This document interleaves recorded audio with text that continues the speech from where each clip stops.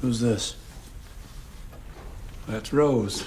Along with her daughter Tyler, Susan Thompson runs the old Pierpoint Inn in Connecticut. You could be some of our final guests. Well, sounds vaguely ominous. Where a string of mysterious deaths brings Sam and Dean to investigate. He's gonna take our toys? As a child, Tyler having an imaginary friend is nothing new, so her mother thought nothing of it, but Sam and Dean kind of knew better. It turns out that Maggie was not imaginary, but Have lots of tea parties. Forever and ever. the spirit of Rose's sister, who had been drowned in the pool as a child. Missing her companionship, Maggie had set her sights on killing Tyler the same way she had died so that they could be friends forever. All you have to do is jump. And then we can be together. Forever. With Sam and Dean unable to stop the vengeance of Maggie, Rose was able to sacrifice herself in the nick of time, making a deal with her little sister that if she let Tyler go, Rose would take her place and stay with her forever instead. Pleased by this, Tyler was set free, and both Maggie and Rose are left to spend the rest of their time together, trapped as spirits.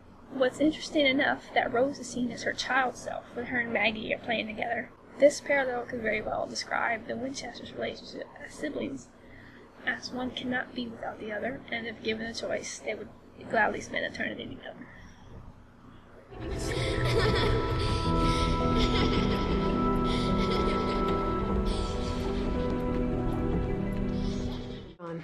It's just my two brothers and me. We all keep pretty close tabs on each other. These siblings made an impression as the start of the sibling parallels. They were the very first siblings they ran into. I think so, anyway. Hey, Haley. Day 6. We're still out near Blackwater Ridge. We're fine, keeping safe. So don't worry.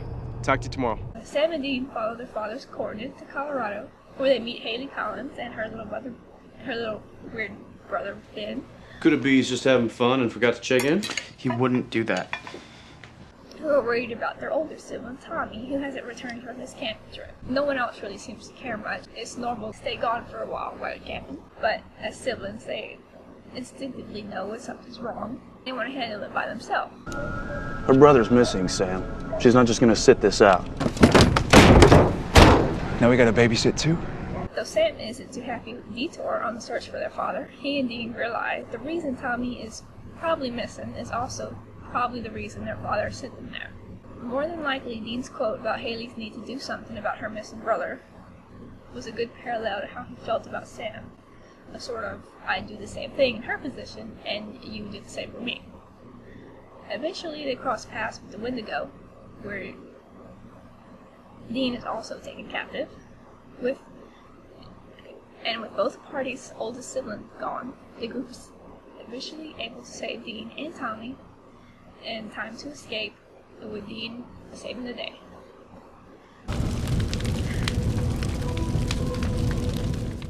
No! Help! Somebody help me! Just take it easy. I don't want to die. Kate and Tasha. At the end of Bitten, Kate was seen walking away after being turned into a werewolf along with her friend and boyfriend, who didn't make it. Having decided to give her a chance, Sam and Dean run into Kate once again at Washington, where people are dying in what they determine is a werewolf attack. It is later seen that the reason for her defensive behavior was to protect her little sister, Tasha, who was the one responsible for the murders. Don't! She's my sister! She explained that since leaving, her sister was dying from a car accident, and seeing the only way to save her was to turn her as well. The responsibility, we had to control what we'd become. But we had each other, and that felt like enough.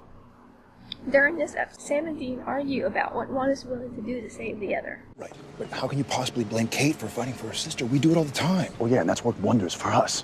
Well, we're still here, aren't we? Yeah, but is it right? With Tasha unable to control her urges, Kate had no choice but to kill her. I love you. I love you too.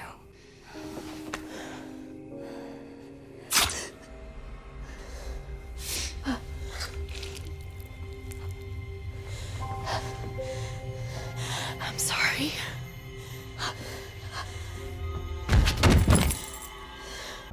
When I made my bargain with Lucifer, killed Abel, I released a stain upon the earth.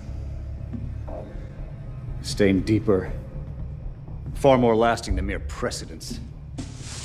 Your bloodline is tainted. So you say. So I know. Cain was first born to Adam and Eve, known as the father of murder. When his younger brother Abel was thought to be speaking to God, Cain claims that it was Lucifer instead he was speaking to, simply his brother's soul to hell. To save Abel from becoming Lucifer's, Cain decided to make a deal instead, to take his place. The jawbone you used to kill Abel, because he was God's favorite. Abel wasn't talking to God. He was talking to Lucifer. To which Lucifer agreed, but only if he killed his brother first. With the mindset of saving his little brother from the devil, Cain had killed Abel with what became the first blade, and after much conflict between his wife and Abaddon, eventually passed the mark down to Dean.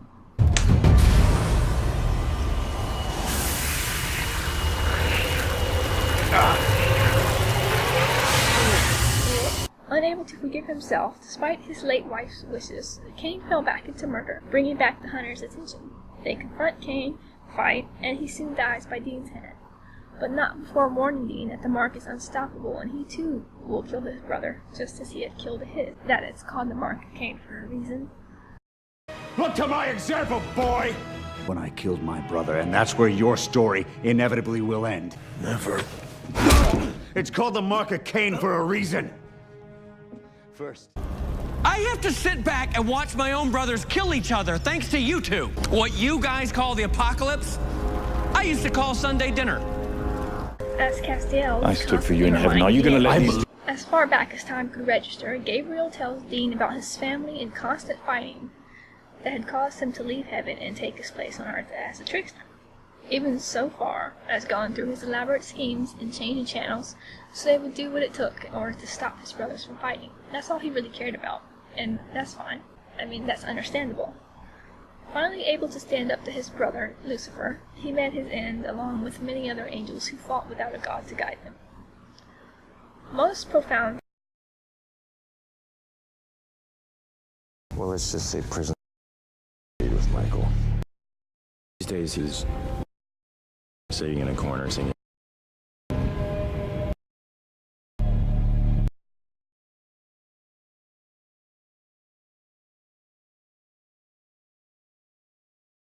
They are shown a twist.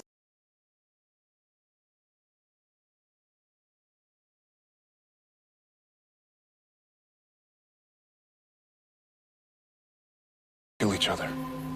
And for what? One of Dad's tests.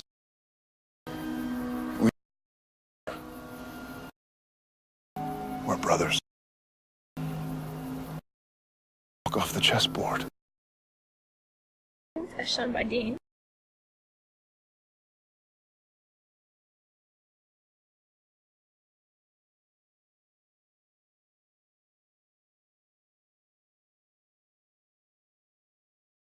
It's okay, Dean. It's gonna be... I've got him.